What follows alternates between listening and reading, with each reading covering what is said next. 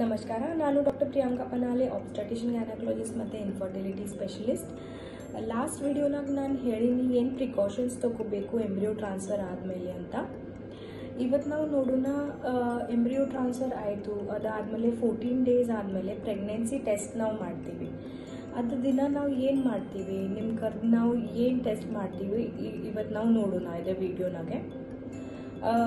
Embryo transfer ಆಗ್ಯಾನೆ specific medications, injections ನಾವು ನಿಮ್ಗೆ ಕೊಡ್ತೀವಿ. ನೀವು ಅದು ಹಚ್ಕೋಬೇಕು, ಎಲ್ಲ ಮೆಡಿಕೇಷನ್ಸ್ ತೊಗೋಬೇಕು. ಪ್ರಿಕಾಷನ್ಸ್ ಏನು ನಾನು ಲಾಸ್ಟ್ ವಿಡಿಯೋನಾಗ ಹೇಳೀನಿ, ಅದ ವಿಡಿಯೋ ನೋಡಿ ಅದ ಪ್ರಿಕಾಷನ್ಸ್ ಎಲ್ಲ ನೀವು 14 ಡೇಸ್ ತೊಗೋಬೇಕು.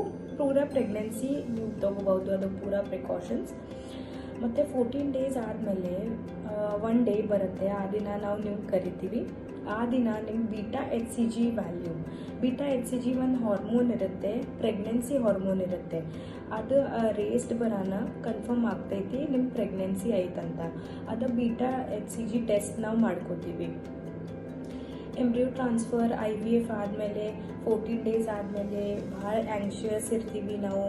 ಮತ್ತು ಒಂದು ಸ್ಟೂಡೆಂಟ್ ಎಕ್ಸಾಮ್ ಕೊಟ್ಟು ರಿಸಲ್ಟ್ ದಿನ ಇರ್ತೈತಿ, ಹಾಗೆ ಕಾನ್ಷಿಯಸ್ ಸೇಮ್ ಥರ ನಮ್ಗೂ ಅನ್ನಿಸ್ತಾ ಇರ್ತೈತಿ ನಾವು ಏನು ಪ್ರೆಗ್ನೆನ್ಸಿ ರಿಪೋರ್ಟ್ ಬರುತ್ತೆ ಅಂತ. ಭಾಳ ಆ್ಯಂಕ್ಷಿಯಸ್ ಮತ್ತು ಕೀನ್ ಇರ್ತೀವಿ ನಾವು, ನಮಗೆ ರಿಪೋರ್ಟ್ ಏನೈತೆ ಅಂತ ಬೇಕಾಗಿರ್ತೈತಿ. ಅದೇ ಸೇಮ್ ಡಾಕ್ಟರ್ನೂ ಆಗ್ತಾ ಇರ್ತೈತಿ. ಪೂರಾ ಪ್ರೊಸೆಸ್ ನಾವು ಚಲೋ ಮಾಡೀವಿ, ನಮ್ಮ ಪೇಷಂಟ್ಸೇ ಪ್ರೆಗ್ನೆನ್ಸಿ ಬರಬೇಕಂತ ನಮ್ಗೂ ಅನ್ನಿಸ್ತಾ ಇರ್ತೈತಿ. ಆ ದಿನ ನಾವು ಟೆಸ್ಟ್ ಮಾಡಿ ನೋಡ್ತೀವಿ.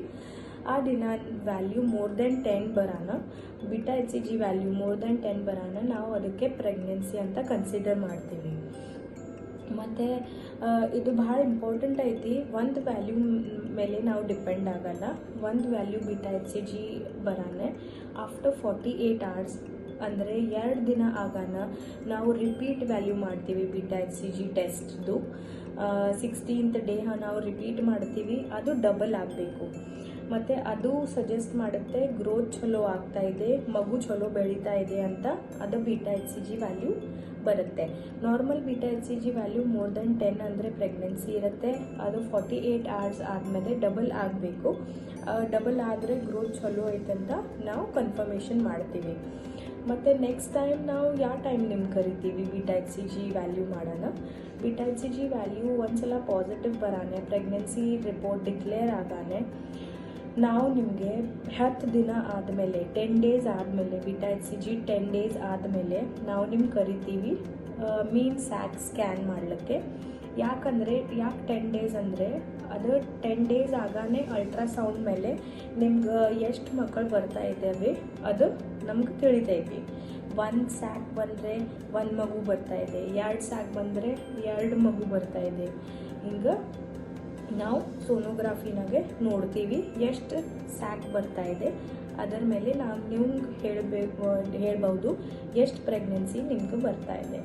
ಇದೇ ಪೂರಾ ಪ್ರೆಗ್ನೆನ್ಸಿ ಟೆಸ್ಟ್ ಬಗ್ಗೆ ಮತ್ತು ಅಲ್ಟ್ರಾಸೌಂಡ್ ಬಗ್ಗೆ ನಾನು ಇವತ್ತು ಹೇಳ್ಕೊಟ್ಟಿನಿ. Thank you.